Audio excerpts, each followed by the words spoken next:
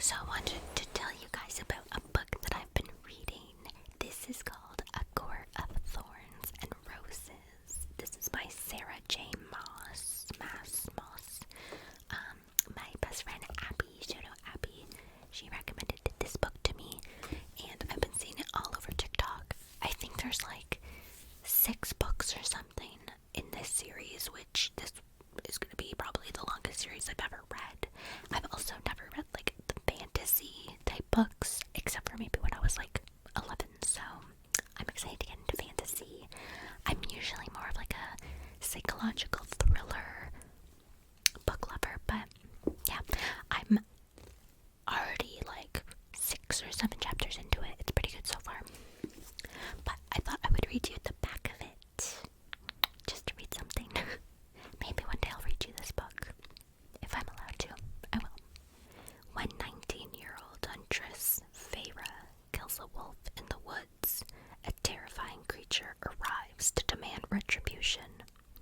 Dragged to a treacherous, magical land she knows about only from legends, Feyre discovers that her captor is not truly a beast, but one of the lethal immortal fairies who once ruled her world. At least he's not a beast all the time. As she adapts to her new home, her feelings for the fairy, Tamlin, transform from icy hostility into a fiery passion that burns through every lie she's been told about the beautiful, dangerous world of the Fae. But something is not right in the fairy lands. An ancient, wicked shadow is growing, and Feyre must find a way to stop it or doom Tamlin and his world forever. I'll give you a review.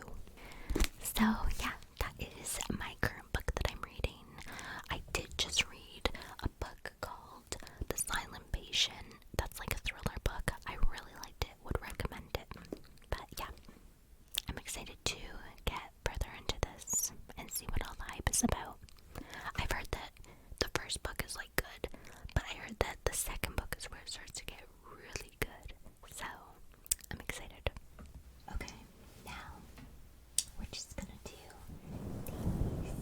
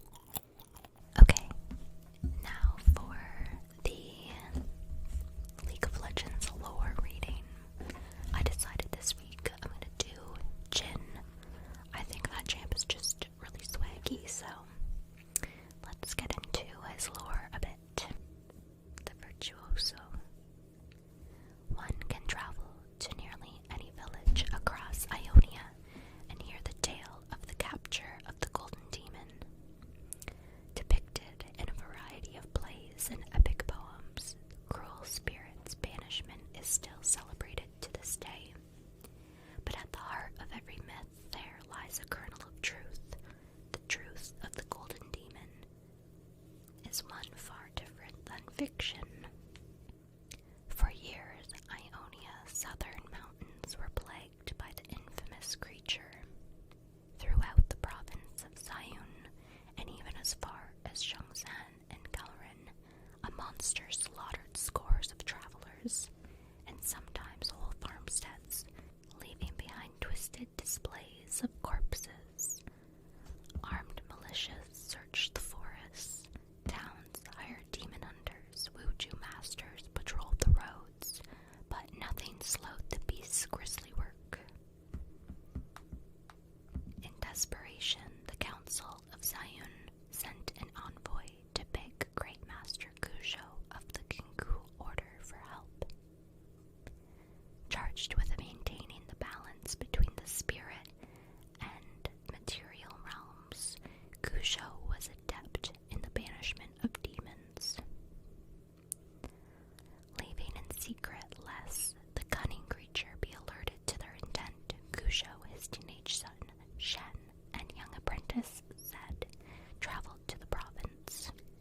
They tended to countless families shattered by the killings, dissected the horrific crime scenes, and looked for connections between the murderers.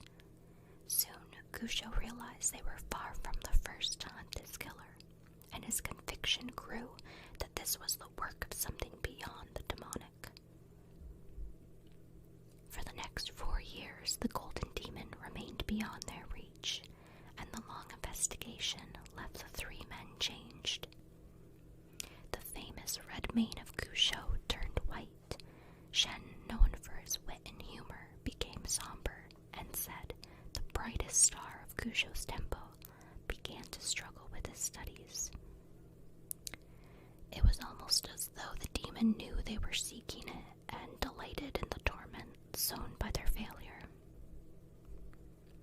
Upon finally finding a pattern to the killings, the great master is quoted as saying, "Good and evil are not truths. They are born from men, and each sees the shadows differently." Gujo sought the hand off of the investigation, believing now that they had sought not a demon, but a wicked human or Vistaya, taking them beyond the Kingu's mandate. Shen and Zed, unwillingly to turn back after all they had sacrificed to bring the killer within reach, convinced him to continue the hunt. On the eve of the Spirit Blossom Festival in Yom Pass, Gujo disguised himself as a renowned calligrapher to blend in with the other guest artists. Then he waited. Shen Zed laid a carefully prepared trap, and at long last they found themselves face to face with their hated quarry. Gujo was proven right. The famed Golden Demon was a mere strange hand in Zion's traveling theaters and opera houses, working under the name Kada Jhin. Kada Jhin, Kada Jhin, Kada Jhin. It's got a ring to it. After they caught Jhin, young Zed made to kill the cowering men, but Gujo held him back. He reminded his students that they had already broken their remit, and that killing Jhin would only worsen matters. Gujo worried that knowledge of Jin's humanity would undermine the harmony and trust that defined Ionian culture, or could even encourage others to commit similar crimes. Despite Jin's actions, the legendary master decided the killer should be taken alive and locked away within the monastery prison at Tula. Shen disagreed, but submitted to the emotionless logic of his father's judgment. Zed, disturbed and haunted by the horrors he had witnessed, was able to understand or accept this mercy, and it is said a resentment began to bloom in his heart. In prison in Tula, Jhin kept his secrets, revealing little of himself as many years went by. The monks guarding him noted he was a bright student who excelled in many subjects. He excelled in many subjects, including smithing, poetry, and dance. Regardless, they could find nothing to cure him of his morbid fascinations.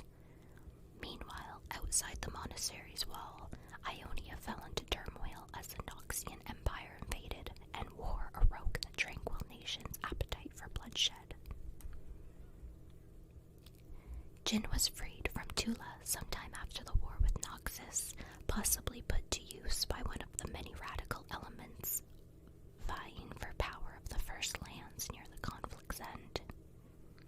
He now has access to the Kashuri Armory's new weapons, though how he became to possess such implements of destruction and what connection he has to Kashuri is still a mystery. Whoever his shadowy patrons might be, they have endowed Jhin with nearly unlimited funds and seem unconcerned by the growing scales of his performances. Recently, he attacked members of Zed's Landly Order, and mass murderers and assassinations bearing his signature flair have occurred not only across Ionia's many regions, but also in distant Piltover and Zaun. It seems that all of Runeterra might be but a canvas for the atrocity that is Jhin's art, and only he knows where the next brushstroke will fall. Jhin is so swaggy. I love that guy. He just doesn't care. He doesn't give a flying flip. Alright. Thought I'd bring my hair scissors in to cut your hair. I'll have to get one of those mannequins and put a wig on them and cut their hair. ASMR haircut video. Let me know in the comments if you would like that. I need oil.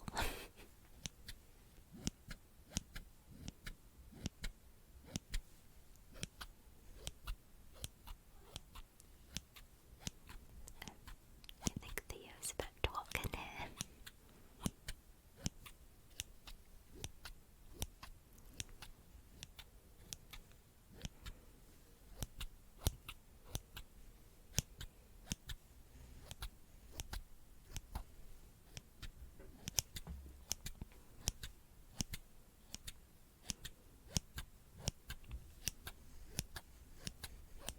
I used to have bangs, and if I still had them, I could do real hair cutting ASMR.